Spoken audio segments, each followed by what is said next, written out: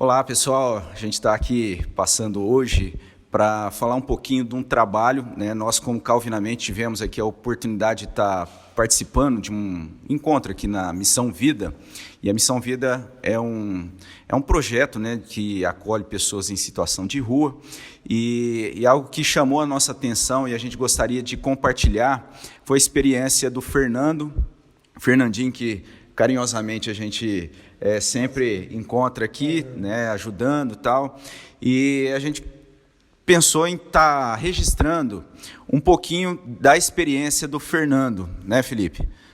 Esse momento para nós aqui, eu acho que para eles receber alguém de fora, como o pastor disse, no momento de louvor, ali no momento de culto, é especial, mas para nós é muito mais que especial. É um momento que a gente revigora a nossa vida, a gente conhece o trabalho de cada um, as dificuldades de cada um. Então, estar aqui hoje é uma oportunidade muito grande para nós. Então, eu queria agradecer também você que está aí, né, assistindo isso, e quiser saber um pouco mais também, vai estar na descrição aí, e se quiser saber um pouco mais, pergunta para a gente lá na igreja que a gente vai falando, né, Robson? Isso.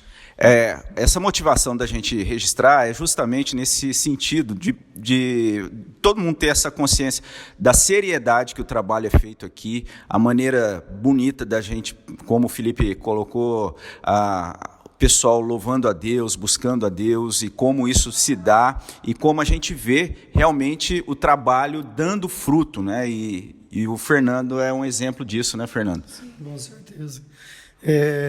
Sim, com certeza, né? Meu nome é Fernando, eu sou natural de Goiatuba, Goiás, né? Aos 14 anos de idade para 13 anos, eu vinha perder minha mãe, né? Eu só tinha um irmão também, né? Depois de alguns anos também, no ano, assim que minha mãe completou um ano de falecimento, eu vim perder também o meu irmão também, né? Devido a um acidente, né? De trânsito, né? Infelizmente eu vim perder meu irmão nesse acidente. Aí continuei com o meu pai, né, também com o apoio lá da minha avó também, mas infelizmente também, passado alguns 5 anos depois, eu vim perder meu pai. Essa luta minha contra a dependência, ela se deu depois que eu perdi a minha mãe, com 12 anos de idade. Eu iniciei o uso do álcool, né, iniciei também, né, comecei com a maconha, depois gradativamente foi aumentando, né, o grau dessa dependência, né, até o ponto que chegou, né, no uso do crack. Quando eu conheci o crack aos 15 para 16 anos, de fato foi uma droga que de fato mudou a minha vida, mudou a minha história para pior. Eu já não conseguia mais ter um relacionamento bom com a minha avó, com a minha família, né, porque a droga não proporciona isso para nenhum de nós. Comecei uma faculdade, infelizmente devido também ao uso dessa mesma substância e de outras situações, não consegui concluir essa mesma faculdade, que era Administração e Habilitação em Gestão Ambiental. Era a primeira turma que ia sair na minha cidade, né? Era uma faculdade boa, porque eu sempre gostei desse lado ambiental, e eu iria pegar de fato essa gestão ambiental e ia trabalhar seguir carreira, né, nisso aí. Carreira com ela. E por conta desse contato com as drogas, né, você ali naquela expectativa, estudando, dando início ao estudo. Estudando, que é uma coisa que eu sempre lembro da minha mãe dizer para nós, quando a gente conviveu com ela pouco, né? Foi até os 12 anos, meu irmão era 2 anos mais velho, até os 14 anos só também meu irmão conviveu, e eu também com a minha mãe, né, já separada do meu pai, né, por outras situações. E minha mãe sempre falou, uma coisa que ninguém nunca vai te tirar da sua vida é o conhecimento. Isso ninguém tira. Então, mesmo eu na minha dependência, mesmo eu conhecendo as drogas, eu nunca parei de estudar, né? Terminei o ensino médio, né? Depois de um ano, né, prestei o vestibular, né, passei em 7º lugar, eu lembro ainda, no vestibular. Então, graças a Deus, isso ficou bem gravado na minha cabeça. Só que chegou um tempo que eu vinha até me machucar, né, devido às drogas, né, caí de moto, perdi um período inteiro de faculdade. Nessa época eu estava no 4º período, aí eu não consegui mais acompanhar. Aí perdi o meu sonho, que de fato era estar ali, né, é uma coisa que talvez mudaria a minha vida. E aí você chegou para ir para a rua. Passado mais alguns anos na minha cidade, né, um dia eu recebi um convite de um amigo meu de infância, que se chama Lúcio, né? A gente cresceu praticamente junto, né? Amigo de infância, um dia ele me fez a proposta, né, para a gente ir para Uberlândia, né, trabalhar, né. Eu já trabalhava na minha cidade, né. Ele estava bem, na época ele estava com um carro, estava com algumas motos, que eu tinha ganhado um dinheiro de herança, né, da família dele, e a gente viu essa oportunidade de a gente crescer junto em Uberlândia. Né, o primeiro bairro que a gente morou foi o Jaraguá, né, próximo do bairro Planalto, né, e lá a gente continuou bem algum tempo, mas hoje, depois que eu conheci a Palavra de Deus, né, dentro da Missão Vida, a Palavra de Deus é bem clara que sozinho a gente nada consegue fazer sem Deus, então a gente não continuou, né, bem, aí quando recaiu, o outro também recaiu, e a gente veio a vender tudo, né. Nesse primeiro momento a gente ainda tentou manter uma casa de aluguel, mas não conseguiu. Ali a gente se separou em Minas Gerais e eu comecei a morar em favelas, né, invasões, né, em Uberlândia, que tem muito, né, invasões diárias, que as pessoas vão, constroem seus barraquinhos lá, né, puxa água, puxa energia. E depois de algum tempo morando desse jeito, foi 2 anos morando de invasão em invasão, a prefeitura desmontava, tinha que pegar tudo, montar em outro lugar, começar do zero, né? Então foi de fato foi bem triste, porque eu sempre fui uma pessoa que sempre gostei de trabalhar, sempre tive, graças a Deus, um caráter com isso, né? Independente se eu estava na droga ou não, eu sempre fui uma pessoa que foi bem fiel com essa questão de trabalho. E ali eu vi que a minha vida já estava mudando o sentido, né? A droga estava de fato mudando o sentido. A droga foi tirando tudo. Então tirou ali dos estudos, acabou não terminando os estudos. Depois aquilo que você tinha de moradia, de bens, foi arruinando. Isso em Uberlândia. E lá em Uberlândia que você teve o contato com a Missão Vida. Sim. Aí depois de algum período, né, eu não conseguindo também morar mais em favelas, invasões, por fim eu decidi abandonar tudo e morar na rua. Uma decisão assertiva mesmo, assim, de ir. Aí na rua eu lembro que eu fiquei 4 anos. Foi 4 anos de rua. Isso já no bairro Canaã, em Uberlândia.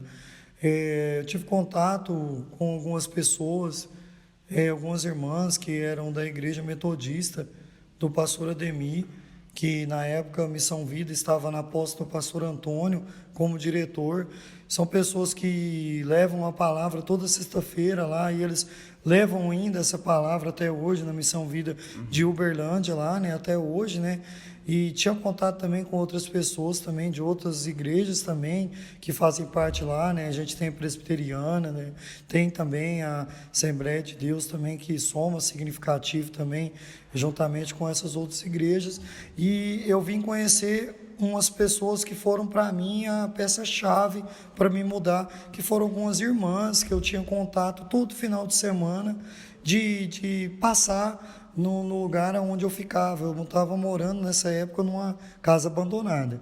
Era uma casa que ela estava semi-construção, né? O dono de lá deixou eu ficar lá com a condição de deixar o lote, cuidar do lugar. E bem na esquina ficavam elas. E a gente sempre conversava, sempre dialogava. Um dia uma delas pediu para me contar o meu testemunho para elas, né? Que foi quase esse testemunho que eu contei aqui para vocês, né? Ela falou: Fernando, você tem vontade de voltar lá para sua avó? Você não tem o contato, o telefone residencial da sua casa? Eu falei: não, tenho sim o telefone da minha avó, tenho sim esse contato com ela, né?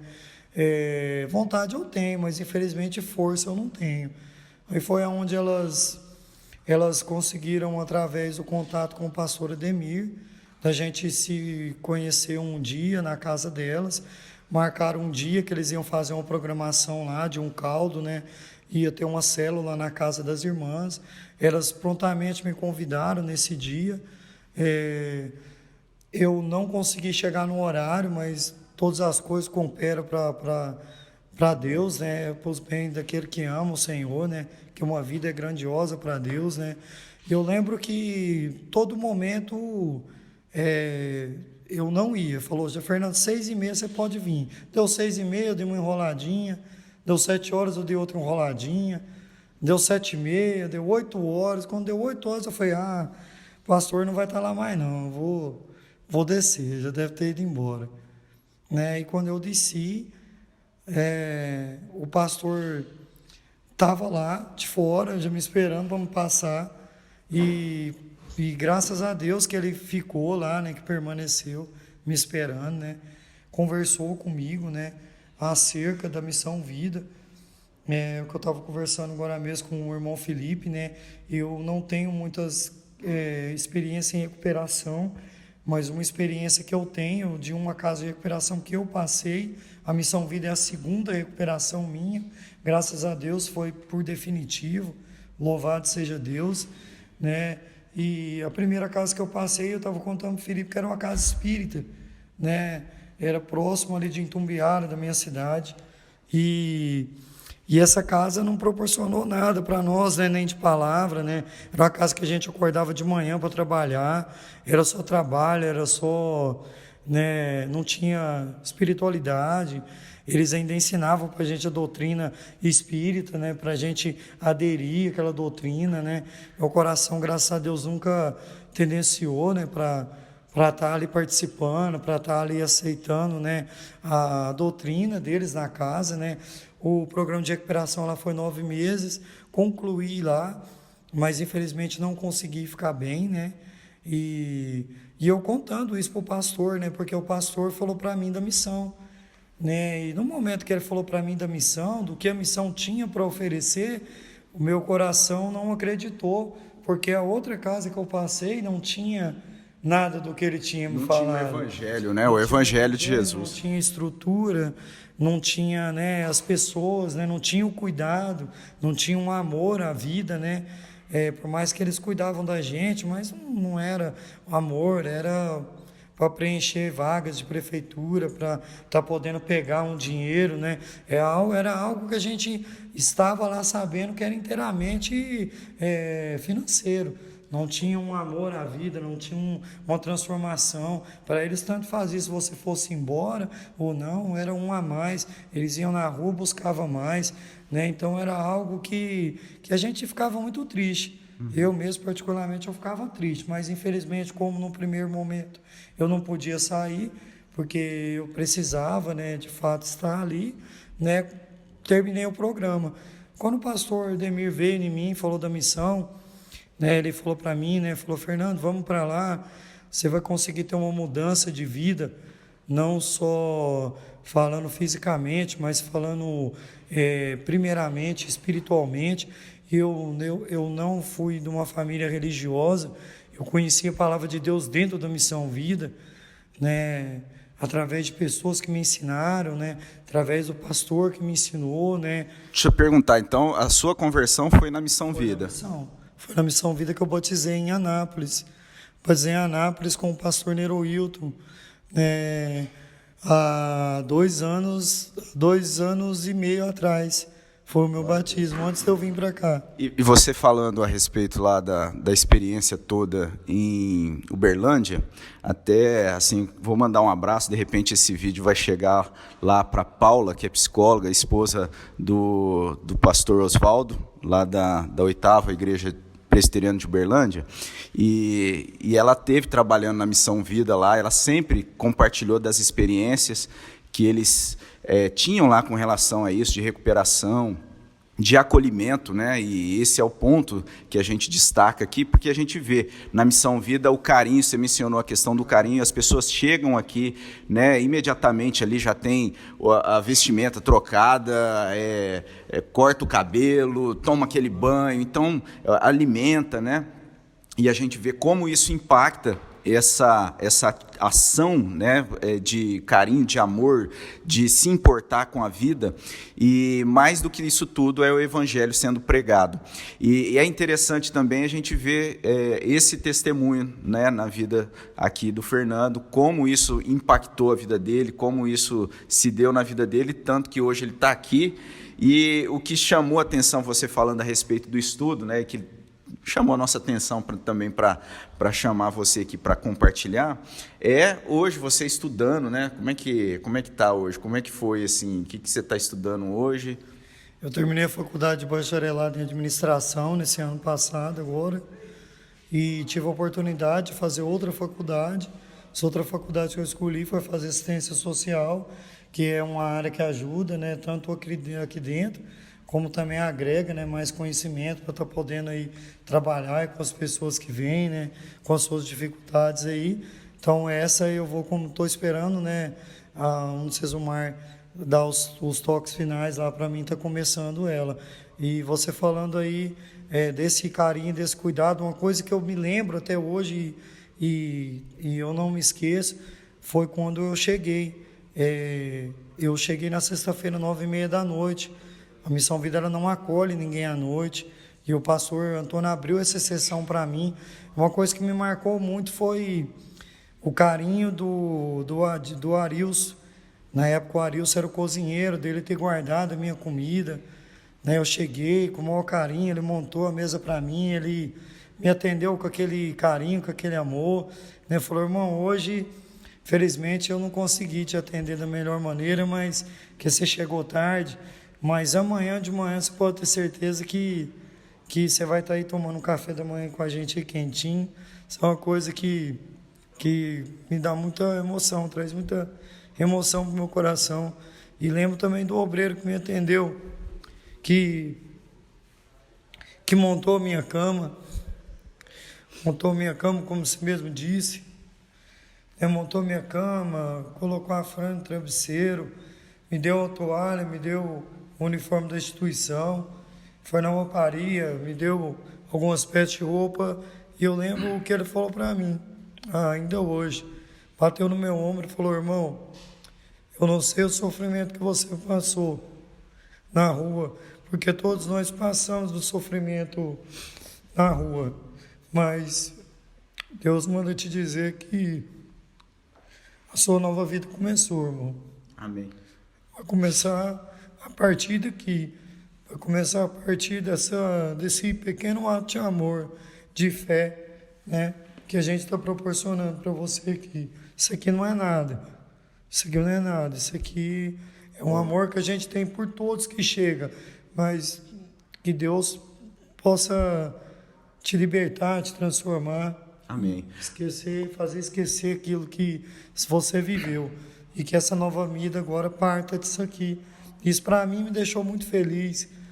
É como você falou, ter tomado um banho, que é algo talvez tão simples para tantas pessoas, mas talvez a gente está lá de fora, a gente não tem essa oportunidade. Lembro que quando eu liguei o chuveiro, aquele banho quentinho, aquela água, isso é maravilhoso, cara. Isso é maravilhoso, esses detalhes faz toda a diferença. E justamente esse ponto que eu ia destacar, né? Porque para a gente, às vezes, são coisas tão comuns do dia a dia e a gente não sabe a diferença, o impacto que isso dá. E quando a gente vê na Missão Vida essas coisas acontecendo, não são só cuidados materiais, com aquilo que... Não, é algo realmente feito para a glória de Deus, né? O desejo é sempre estar ali fazendo para que a pessoa seja abençoada de fato. E outra coisa que me chamou a atenção é isso, e que deve chamar a nossa atenção é o nosso olhar para as pessoas, né? Então, quer dizer, aquelas pessoas que viram o Fernando lá em Uberlândia, naquele local, não simplesmente viraram o rosto, mas enxergaram ali pessoas, a imagem e semelhança de Deus. E isso deve também trazer para a gente esse cuidado, né, com a nossa vida, de saber também que a gente pode fazer a diferença na vida de alguém, dar uma atenção. É lógico que a gente não tem como por nós mesmos mudar tudo isso, mas a gente precisa assumir essa responsabilidade, olhar como cristão para isso que está à nossa volta, né?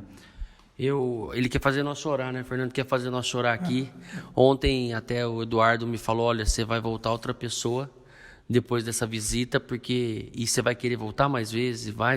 Toda vez que você se sentir fraco, você vai querer ir lá para entender e dar valor no que a gente tem, nessas coisas simples que a gente tem, né? Então, esse teu testemunho, Fernando, é maravilhoso, porque a partir do momento que a gente está numa situação que a gente sabe que a droga ou a química domina, a gente não tem controle, e a gente saber que isso deu resultado positivo na sua vida, a gente começa a dar um valor diferente na vida, né? Então, quando a gente passa por uma situação difícil, depois disso a gente começa a enxergar a vida de outra forma. E isso é maravilhoso. As pessoas que têm a vida mais fácil, o que foi acontecendo, não tirando esse mérito, mas quando você tem uma dificuldade e você consegue superar, isso é maravilhoso. A gente consegue entender tudo isso que Deus tem um propósito na nossa vida. A gente está aqui toda hora assim com mosquito e tal, mas por quê? Porque a gente está num ambiente rural. Isso aqui é maravilhoso, vocês não têm noção que isso aqui, se a pessoa tiver uma noção de onde ela está, a oportunidade que ela tem de conviver com a natureza e conviver em comunhão, é aqui na Missão Vida. De repente aqui, a gente vai colocar algumas imagens aqui para divulgar, né? Porque o nosso desejo é esse aqui, até trazendo esse conteúdo, o testemunho do Fernando, é para justamente motivar você a participar de alguma forma, contribuir, saber que aqui é um trabalho sério e a maneira como as coisas acontecem aqui, realmente, o cuidado é algo que impacta. Então, Fernando... Uma coisa que me chamou a atenção é a ordem, a disciplina aqui dentro, porque quando a pessoa está na rua, automaticamente, foi o que a gente conversou agora há pouco, ela não tem uma disciplina, não quer atender nada, perde a referência, não quer falar com ninguém, não quer atender ninguém, não quer respeitar nada, né? Na rua é desse jeito, é cada um por si. Mas aqui não, aqui dentro tem uma disciplina, tem uma ordem, né? Tem um respeito ao próximo. A gente até falou de uma outra situação, né? Mas depois eu coloco, quem quiser saber um pouco mais, a gente conversou aqui, pode me procurar lá. E vim conhecer também, né, a Missão Vida. Eu queria, assim, a gente vai mostrar as imagens aqui, vai colocar no final desse vídeo algumas imagens do lugar, para vocês terem uma noção da dimensão do que é isso, tá, desse trabalho. Mas eu queria, Fernando, te pedir, Robson, tem mais alguma coisa? Não. Eu queria te pedir, Fernando, para você deixar um recado, né? Porque esse vídeo aqui, esse teu testemunho, um recado curto, mais direto, que impacte a vida de outra pessoa, não só para quem está assistindo, mas que esse vídeo chegue em mais pessoas que estão nessa situação, não só de droga também, mas talvez uma depressão, alguma coisa que Deus está na vida dela. Então, com o seu testemunho, acho que pode ajudar muita gente. Não faz nós chorar de novo, tá bom? Quero agradecer já de primeiro aqui todo mundo que acompanhou esse vídeo, toda a nossa produção, Fábio Vizentim, Gustavo Fávero, né, Robson, Pastor Robson. É assim, a gente tem tanta amizade, a gente convive tanto junto que eu perco às vezes, né, esse feeling de chamar o Robson de pastor, mas é o meu pastor, está fazendo a diferença na minha vida. Isso para mim é muito importante, na vida da minha família, tá? Você é uma referência na vida da minha família. A gente falou disso na minha casa e isso está sendo muito legal. Depois eu te conto essa história, tá bom, Fernando? Agora é contigo. Amém. Vou usar a frase com o reverendo Hildo. A gente tem um vídeo institucional que a gente passa nas igrejas, né, apresentando a Missão Vida, e uma frase que eu ouço até hoje quando passa esse vídeo eu ainda me emociono, é que Deus não tem outras mãos, não tem outros pés, não tem outra mente, não tem um corpo né, para usar que não seja o nosso, né? Então nós estamos aqui para servir, ser servo.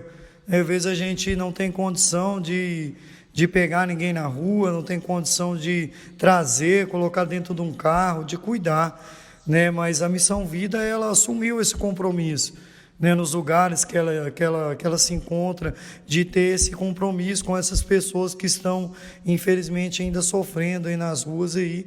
E a nossa parte é, talvez, ter um olhar de amor, um olhar de misericórdia, né? Assim como o certo samaritano teve com aquele homem, teve com aquela vida, né? De pegar, de ouvir, dar atenção. Ontem eu trouxe o Sr. José, uma coisa que me impactou muito foi o Sr. José agradecendo pela oportunidade de estar vindo para este lugar. E em lágrimas, né? me agradecendo. Eu falei, não, eu não faço nada, sou José. Isso não é eu, é Deus que está te dando essa oportunidade. Entender que nós somos instrumento de Deus aí de fora aí, e que nós precisamos ter urgentemente esse olhar de misericórdia pelas vidas que se encontram lá, né? Ouvir, dar atenção e dar uma direção, dar um caminho para eles, né?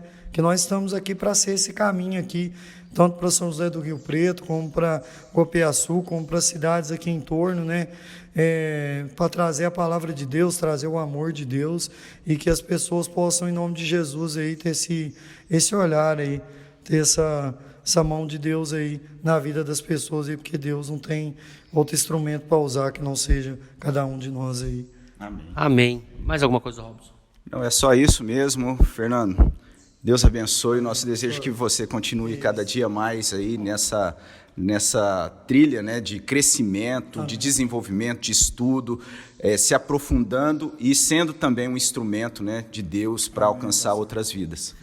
Isso aqui virou um podcast, vamos ser sinceros, virou um podcast, e a gente sempre termina o nosso podcast lá com o nosso convidado fazendo uma oração. Eu queria te pedir para você fazer essa oração para a gente, tá bom? Agradecendo essa oportunidade e colocando aí, apresentando o nosso trabalho, o podcast e a nossa igreja, tá bom? Amém.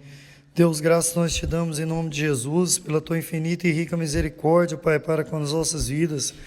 Abençoa, Pai, em nome de Jesus, Pai, esse podcast que tem sido instrumento de vitória, Pai, eu tenho certeza, Pai, na vida de muitas pessoas, Pai, e que esse mesmo podcast venha alcançar os corações, Pai, neste momento, que talvez não tenham esperança, alcançar famílias que talvez tenham sofrido, meu Pai, com este mal desse século, né, que se chama droga, que se chama dependência química, Pai, que meu testemunho possa ser de validade, Pai, para a vida daqueles que não têm mais esperança, para a vida daqueles que se encontram numa situação difícil, para a vida daqueles que talvez não têm mais, Pai, aonde se apoiar, que eles possam entender que Ele tem um Deus, que Ele tem um Senhor, que Ele tem Jesus, Pai, que pode encontrar, Pai, né, descanso para sua alma, descanso para sua vida, Pai, em nome de Jesus. Nós oramos, Pai, por este lugar também, nós oramos pelo café, Pai, que, né, os irmãos proporcionaram para nós, né, nessa manhã.